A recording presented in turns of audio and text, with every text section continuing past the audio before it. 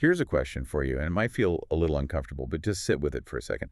Have you ever felt something so incredibly strong? I mean, like a physical weight in your chest, but you knew, just absolutely knew you had no safe place to talk about it. And we're not talking about, failing a test or a scraped knee. We're talking about that very specific, very isolating feeling where the emotion itself just feels dangerous. Dangerous, right? Yeah. Like if you let it out, it might just break something. Or if you speak it out loud, you're going to be judged or maybe dismissed, silenced. Exactly. Now, for us as adults, that's hard enough. We have, our friends, our routines. But for a teenager, that silence can be defining. Oh, it can be everything. It can literally shape the entire architecture of how they learn to trust people for the rest of their lives. Welcome back to the Deep Dive. Today, we are stripping back the layers on something that's happening inside the hearts of so many young people. We're analyzing a phenomenon called the silent crisis of the unspoken heart. It's a heavy title, but it's very accurate. And we're basing this entire deep dive on the book Safe Love for Teenagers from a True Broken Heart by the author K.M. Reddy Y. And a quick note for everyone listening, this analysis is actually special content. It's being produced specifically for the author's own YouTube channel, which is called KMR Advice. So if you're listening right now, you're really getting these insights straight from the source material for that specific community. And our mission today is to flip the script. The common story we all hear, at family gatherings is that teenagers are careless or they're just seeking drama. That they're just difficult. Right. But K.M. Reddy argues the absolute opposite. They aren't careless. They're struggling because they are learning to feel. But they've never been taught how to understand those feelings. Learning to feel without being taught to understand. That's really the core of it, isn't it? It is. It feels like we give them the keys to a Ferrari, emotionally speaking, but we don't give them a single driving lesson. That's a perfect analogy. And to get this, we really have to look at what the book calls the gap. It's not just that being a teen is hard, we all know that. It's that, well, biologically and sociologically, the ground has completely shifted under their feet. Okay, let's dig into the biology for a second. Yeah, because I think we tend to just dismiss it all as hormones, but it's more structural than that, right? What is actually happening? Well, the neuroscience is pretty clear. In early adolescence, the emotional centers of the brain, the limbic system, they light up. They're fully online. Okay. But the regulatory system, the prefrontal cortex, which is responsible for logic and impulse control, well, that part is still under construction. So it's literally all gas and no brakes. Precisely. And K.M. Reddy describes this so well in the text. It's not just chemicals. The whole world suddenly changes texture for them. A face starts to matter in a way it never did before. A text message feels like life or death. It really does. And rejection. It doesn't just sting. It registers in the brain in almost the same way as a physical injury. We forget that intensity as we get older, don't we? We look back and say, oh, it was just puppy love. But in that moment, for them, the hardware in their body is screaming that this is the most important thing in the world. So the hardware is working as designed. Perfectly. Your brain is wiring itself for attachment. The problem, the silent crisis, is the software. These intense feelings, they arrive at age, say, 12, 13, 14. But the permission to talk about them, that doesn't come until maybe you're in your 20s. So there's a delay. You get the feeling at 13, but you don't get the language for it until you're 25. And in that 10-year gap, that's where the silence takes over. And that's where the damage really happens. The book uses some really striking stories to illustrate this. Let's talk about story one. This is about a 15-year-old girl, and I think it's important to point out she's not a troublemaker. No, not at all. And that's a crucial distinction. Parents are often looking for these big, visible signs, grades dropping, acting out. This girl was a good student, the easy kid. Yeah, the one you don't worry about. Until, internally you should.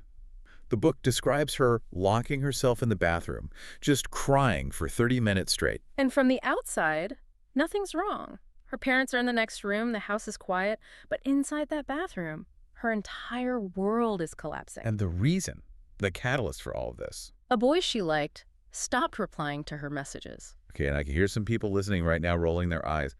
A boy stopped texting. That's the crisis. And that reaction, that exact impulse to dismiss it, that is the problem.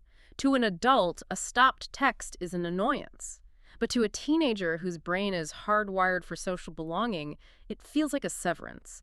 The text says she felt like something precious had been taken away. But here's the real tragedy. She didn't go to her parents. She didn't say, Mom, I'm hurting. She thought about it. The book actually says she rehearsed the sentence in her head, but then that internal script kicks in. She imagined their reaction. The suspicion. Why are you talking to boys? You should be studying. Exactly. She played out all the moves in her head and realized she'd lose. She knew that sharing her pain would just invite judgment, not comfort. So she swallowed the words. Ooh, swallowed the words. That phrase really sticks with me. It's such a physical act of suppression. It is physical. And here's the key insight from K.M. Reddy. The trauma wasn't the rejection from the boy. Rejection is part of life. The real trauma was the loneliness of handling it without language. Wow. That's a huge concept. It's the difference between I'm sad because this happened and I'm sad, I'm alone, and something is wrong with me for feeling this way. Yes, exactly. When emotions have no safe space, they turn inward. She wasn't just hiding to cry. She was hiding because she believed her feelings themselves were wrong. And that just sets a precedent, doesn't it? You learn at 15 that your feelings are too much for the people who are supposed to protect you, so you stop sharing. You learn to perform okayness. And that performance can last a lifetime. Which brings us to the other side of this, because we so often frame this as a girl thing. But the book makes it very clear that the silence hits boys just as hard. It's just a different kind of silence. A very different texture, yes. If girls are taught to fear judgment, boys are taught to fear weakness. They're taught to fight a battle against their own humanity. Let's look at story 2 from the book. A 16-year-old boy, athletic, popular, the class clown. It seems like he has it all figured out. On the surface, absolutely. He's the kid everyone likes. So he likes a girl. She starts talking to someone else. It's a classic high school heartbreak. But it's his reaction, or really his lack of reaction, that's so chilling. Right. Externally, nothing. He smiled, he went to practice, he joked around. But internally, the book says he felt replaced. And that is such a deep, primal wound. It means you weren't valuable enough to keep. But he didn't have that swallow the words moment like the girl did. His internal monologue was different. He didn't just hide the feeling from his parents. He tried to hide it from himself. It was a self-attack. He'd absorbed all those messages. Focus on studies, don't get distracted, be strong. So instead of just feeling the hurt, he told himself he was stupid for caring in the first place. He basically gaslit himself. He did. And because that emotion had nowhere to go, it mutated. At night, he's alone in his room, doom scrolling. He's checking her social media. He's checking the other guy's profile, just comparing himself endlessly. That is such a modern form of self-torture. It's not just wondering anymore. You're looking at the data that seems to prove you aren't enough. And since he has no outlet, because boys don't get sad about this stuff, that energy has to go somewhere. K.M. Reddy makes the point that this repressed pain often turns into impulsivity for boys, risky behavior. Trying to numb it. Or just distract from it. They're managing a hurricane inside with no tools. They are driving completely blind emotionally. And it becomes a cycle, right? The silence leads to secrecy, the secrecy leads to a bad decision, and that bad decision creates more silence because now you really have something to hide. And the tragic casualty in all of this is trust. The one thing parents want most. The third story in the book really drives this home. It's about a slightly older student, 19, in college. And this one is so painful because it shows the long-term cost. She's in her first relationship, and the source is clear. It was innocent. It was mostly just talking, sharing dreams. That's some big scandalous affair? No, but her parents found out. And the reaction wasn't a conversation, it was a crackdown. Panic. Panic. Loud voices, tighter restrictions. The relationship was forced to end. And look at the result.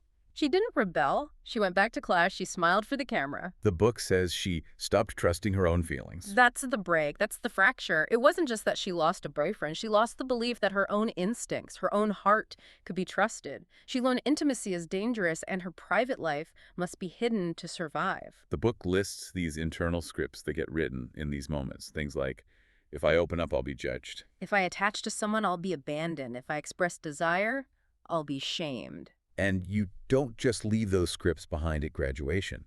You carry them into your marriage, into how you parent your own kids. You become an adult who hides. It creates a legacy of emotional hiding. So why is this so bad right now? I mean, teenagers have always been teenagers. Romeo and Juliet, right? Why is this a crisis specifically for this generation? K.M. Reddy argues that the environment has changed faster than our conversations about it. We are basically using a map from 1990 to navigate a completely different world. What are the biggest shifts? Well, first, the village is gone. In the past, you had bigger families, cousins, aunts, uncles all around. There's this whole web of community observation. And marriage was much earlier. Much earlier, the gap between, say, puberty at 13 and the social stability of marriage might have been 5 years. And now, Yeah, it's what, 15 years? it can be.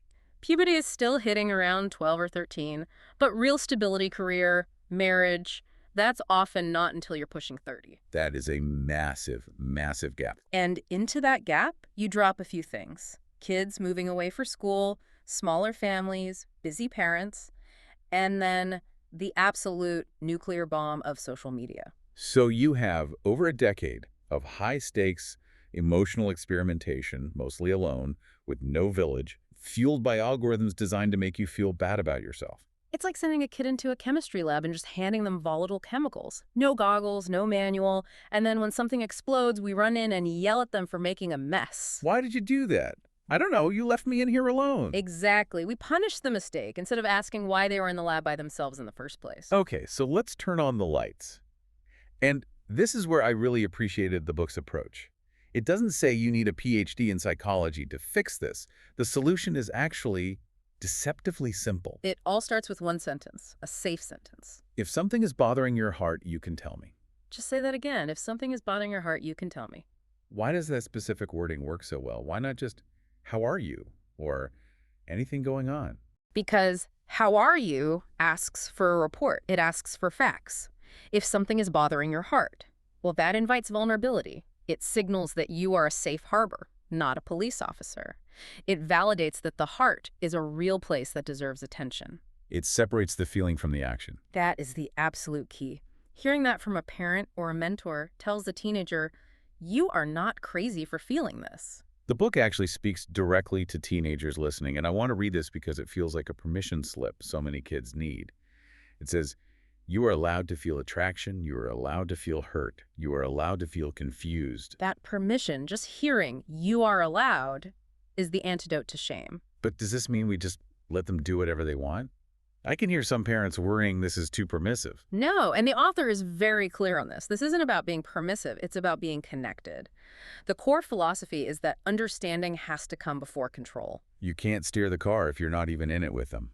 Right. You can't help them navigate heartbreak if you don't even know their heart is involved with someone. The crisis isn't that the feelings exist, that's natural. The crisis is that they grow in the dark.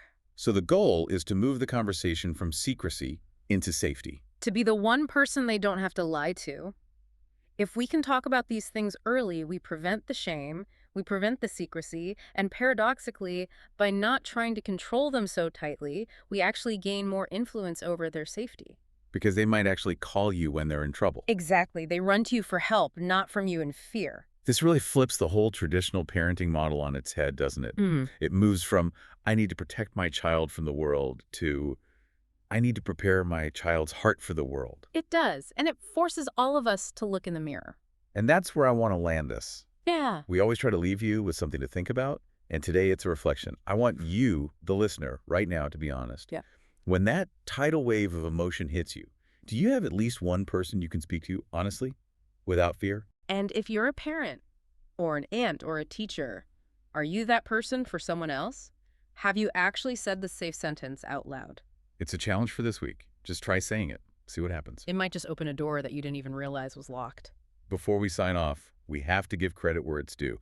All these insights, the stories, the analysis of the gap, that safe sentence, they all come from the book Safe Love for Teenagers, From a True Broken Heart by K.M. Red Eye. It is such a vital resource. If any of this resonated with you, the book goes so much deeper into the how-to of building that trust. And as we said at the start, this is a message the author is incredibly passionate about. If you want more content like this, you need to go right to the source. The YouTube channel is KMR Advice. That's KMR Advice. There's a ton of information there that we just couldn't get to in our time today. So here is your specific call to action from us. If you believe this conversation matters, please go to the YouTube channel KMR Advice. And when you're there, please like the videos, share them, subscribe to the channel, and, this is crucial, hit the bell for notifications. That little bell makes all the difference. It ensures that when the next piece of advice drops, you actually see it. It helps the author get this message to the very families who are struggling in silence right now. And it might just be the notification that changes the entire dynamic in your own home. Absolutely. Just remember, if we don't discuss emotions when they're small, we aren't preventing them. We're just turning them into secrets. And a secret is far too heavy a burden for a child to carry alone. Let's help them put it down. Thanks for diving deep with us. Until next time.